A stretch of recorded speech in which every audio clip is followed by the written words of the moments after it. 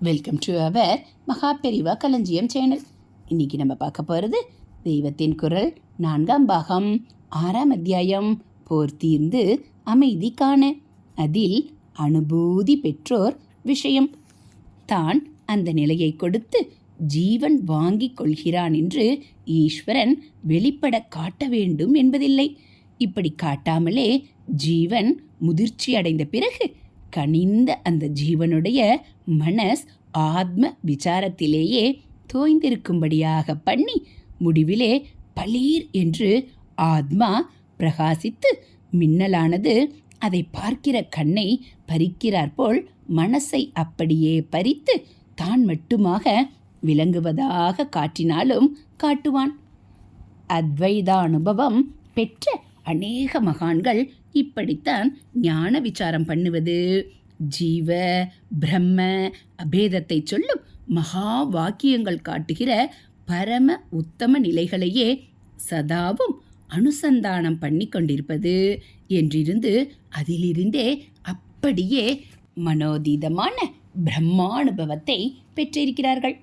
ஈஸ்வரன் ஜகத்திலேதான் ஒளிந்து விளையாடுகிறான் என்றில்லாமல் முக்தி தருவதிலும் தன்னை ஒளித்துக் கொள்கிறான். தன்னை ஒளித்துக் கொள்கிறான் என்றால் நாம் ஈஸ்வரனாக எதை நினைக்கிறோமோ அந்த சகுனத்தைத்தான். அது அவனுடைய நிஜ நான் இல்லை என்றும் அதற்கும் அடியில் அவன் நிர்குண ஆத்மாவாக இருக்கிறான் என்றும் பார்த்தோமல்லவா. ஆனபடியால் ஆத்மானுபவம் ஒரு ஜீவனை கவிந்து கொண்டே வந்து அப்படியே தனக்குள் அடக்கி ஐக்கியப்படுத்தி கொண்டு விடுகிறது என்னும்போது ஈஸ்வரன் ஒளிந்து கொள்கிறான் என்பது கூட சரியில்லை. தன்னுடைய நிஜ ஸ்வரூபத்தில் அந்த ஜீவனை அவன் இறுக்கி இறுக்கி புதைத்து கொள்கிறான் என்றுதான் அர்த்தம்.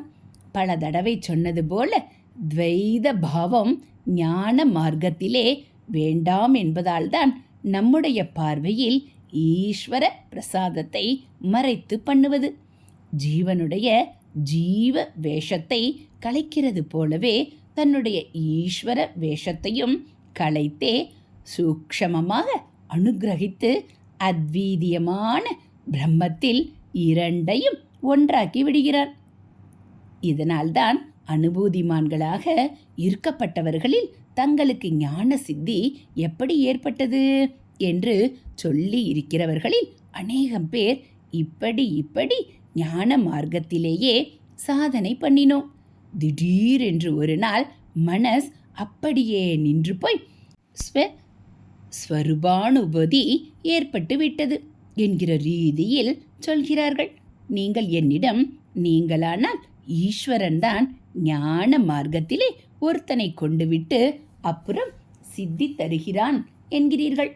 ஆனால் ஸ்வயமாக அத்வைத அனுபூதி பெற்று அதை சொல்லி இருப்பவர்களான இன்னாரெல்லாம் இப்படி சொல்லவில்லையே என்று கேட்டீர்களானால் அதற்கு இதுதான் பதில். ஈஸ்வரன் நான் தான் ஈஸ்வரன் என்று சகுனத்தில் காட்டிக்கொண்டு இந்தா ஞானம் என்று எதையோ பொட்டலம் கட்டிக்கொண்டு வந்து கொடுப்பதில்லை.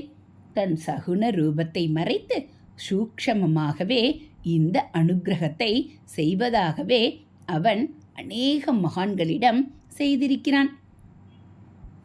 இன்னும் சில பேருக்கு நன்றாக ஞானோபதேச குருவாகவே வந்து நின்று கொண்டு அவர்களை ஞானத்திலே அழைத்து கொண்டு போயிருக்கிறான். ஒரே பக்தியாக அவனை ஆராதித்து கொண்டிருப்பவர்களுக்கு அவன்தான் பண்ணுகிறான் என்று நன்றாக தெரியும்படியாகவே திடீரென்று அத்வைதானுபூதியை வாரி கொடுத்திருக்கிறான். அருணகிரிநாதருடைய கந்தர் அனுபூதியில் இம்மாதிரி விஷயங்கள் ஸ்பஷ்டமாக தெரிவிக்கப்பட்டிருக்கின்றன. அந்த திருடன் சும்மா இரு என்றான். உடனே அத்தனை வெளி வஸ்துவும் மறைந்தே போய்விட்டது. அம்மாடி, இதென்ன ஆச்சரியம்! சும்மா இரு சொல் அற என்றலுமே அம்மா பொருள் ஒன்றும் அறிந்திலனே என்று ஒரு இடத்தில் சொல்கிறார்.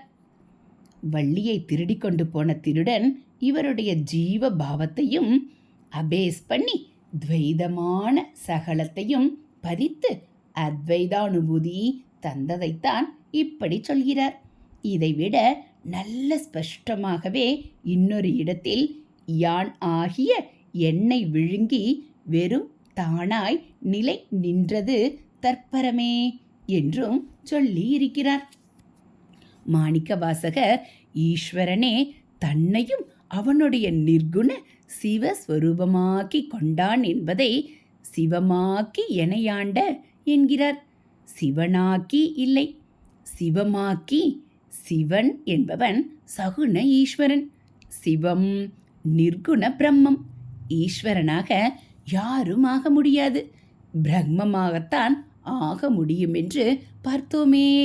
திருவாசகத்தில் இன்னொரு இடத்தில் மாணிக்கவாசகர் பரமேஸ்வரனை கூப்பிட்டு எதிரே நிறுத்தி வைத்துக்கொண்டு, நம்ம 2 பேர்ல யார் கெட்டிக்காரரா? நம்ம பரஸ்பரம் ஒருத்தரை இன்னொருத்தருக்கு விக்கிரயம் பண்ணிக்கிறதா பேரம் பேசிண்டு அப்படியே பண்ணினதிலே யார் கெட்டிக்காரரான்னு தெரியறது.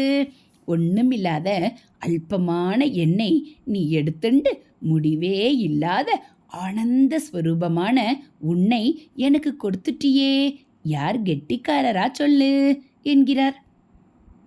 தந்தது உன்றனை கொண்டதென்றனை சங்கரா ஆர்கொலோ சதுரர், அந்தமொன்றில்லா ஆனந்தம் பெற்றேன் யாதுனி பெற்றதொன்றென்பால். ஈஸ்வரனே அவருக்கு அகண்டானுபூதி தந்ததைத்தான் வேடிக்கையாக சொல்கிறார். அருணகிரிநாதர் திருடன் என்றார். மாணிக்கவாசகர் அசடு ஏமாந்த சோணகிரி என்கிறார்.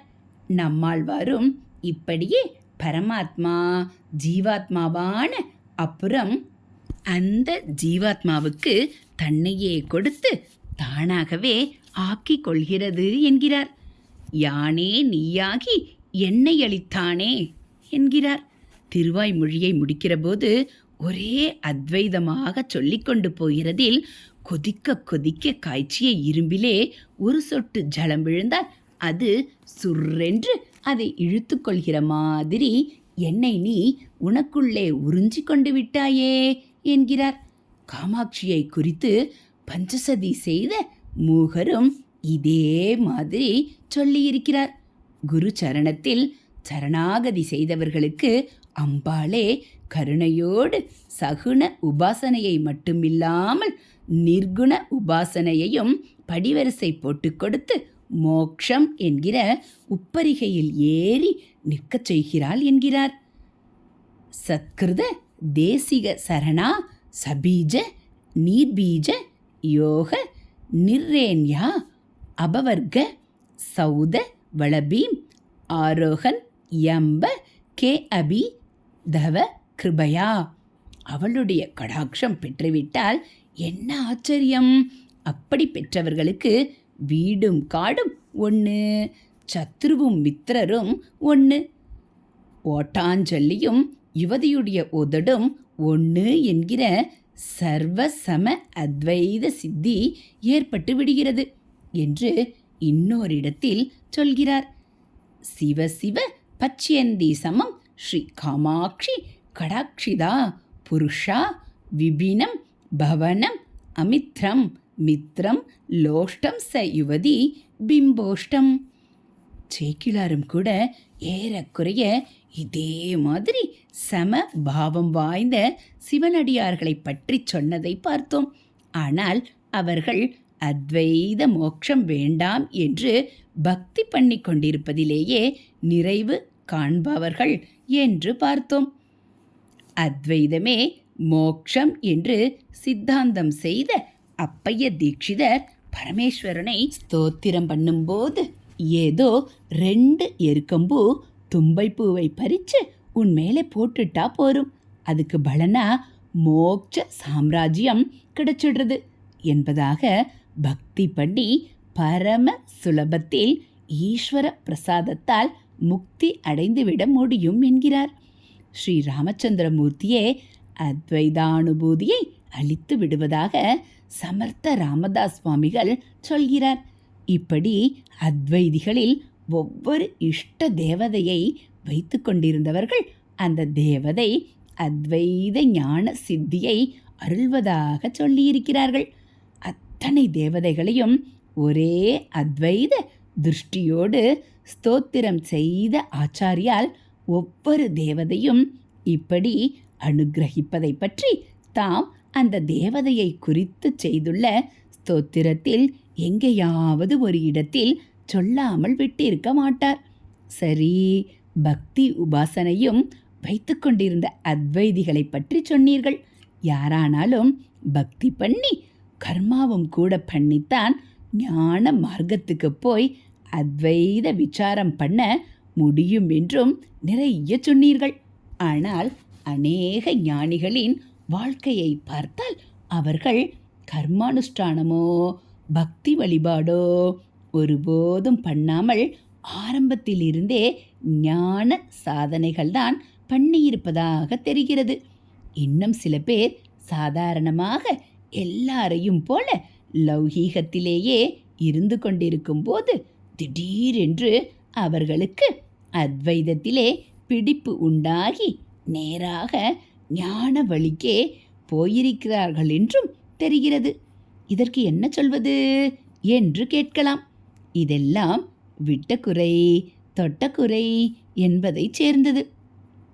அதாவது ஜன்மாந்தரத்தில் விட்ட இடத்தில் இந்த ஜன்மத்தின் அனுபவங்கள் ஆரம்பிக்கின்றன. அவர்கள் முன்பிறவிகளிலேயே கர்மா பக்தி நிறைய பண்ணி சித்த சுத்தியும் ஐகாக்கிரியமும் பெற்றிருப்பார்கள். இப்படிப்பட்டவர்களில் சிலருங்கூட அப்போதிருந்த கொஞ்சம் கொஞ்சம் லௌகீக ஆசைகள் எல்லாம் ஒன்று திரண்டுதான் இந்த ஜன்மாவில் ஒரு குறிப்பிட்ட வயசு வரை அதற்கு பலனாக அவர்கள் லௌகீக அனுபவங்களை பெற்று தீர்க்கும்படியாக இருந்திருக்கும். அப்புறம் கெட்ட வாசனை தீர்ந்தவுடன் மேகம் விலகி சூரியன் பிரகாசிக்கிறார் போல சற்றென்று ஞான பிரகாசம் ஏற்பட்டிருக்கும். நிறைய ஆத்மீகமாக முன்னேறியும் கூட எல்லா கர்மாவையும் தீர்த்து கொள்ளாமல் கொஞ்சம் பாக்கி இருக்கும் போதே செத்துப்போய் விடுபவர்கள் உண்டு. அப்படிப்பட்டவர்களை பகவான் கீதையின் 6ஆம் அத்தியாயத்தில் யோக பிரஷ்டர்கள் என்கிறார். அவர்கள் அடுத்த ஜென்மாவில் விட்ட இடத்திலிருந்து ஆரம்பித்து மறுபடி சித்திக்காக சாதனை செய்கிறார்கள் என்கிறார். இம்மாதிரி பிறப்பவர்களில்தான் கர்மா பக்தி செய்ய வேண்டிய அவசியமில்லாமல் அவற்றை பூர்வத்திலேயே பண்ணிவிட்டால் இப்போது அவசியமில்லாமல் நேரே ஞானத்துக்கு போகக்கூடியவர்களாக அல்லது நேராக ஞானத்தின் ஆவேசத்துக்கு திடீரென்று ஆளாக கூடியவர்களாக சிலர் இருந்திருக்கிறார்கள். ஹரஹர சங்கர ஜெய ஜெய சங்கர, ஹரஹர சங்கர ஜெய ஜெய சங்கர. மகா பெரியவா சரணம். இதுபோல் தெய்வத்தின் குரல் பகுதிகளை நீங்கள் தினந்தோறும் கேட்கணும் அப்படின்னா மறக்காமல் நம்ம சேனலை சப்ஸ்கிரைப் பண்ணுங்கள். கூடவே பெல் ஐக்கானை கிளிக் பண்ணி ஆளுங்கிற பட்டனையும் அழுத்திடுங்க. நம்ம சேனலில் வரக்கூடிய தெய்வத்தின் குரல் பகுதிகள், ஆன்மீக கதைகள், மகாபெரிவா மகிமை எல்லாம் உங்களுக்கு பிடிச்சிருந்தா ஒரு லைக்கும் கமெண்ட்டும் கொடுத்து உங்களுக்கு தெரிஞ்சவங்களுக்கும் ஷேர் பண்ணுங்கள். தேங்க்யூ.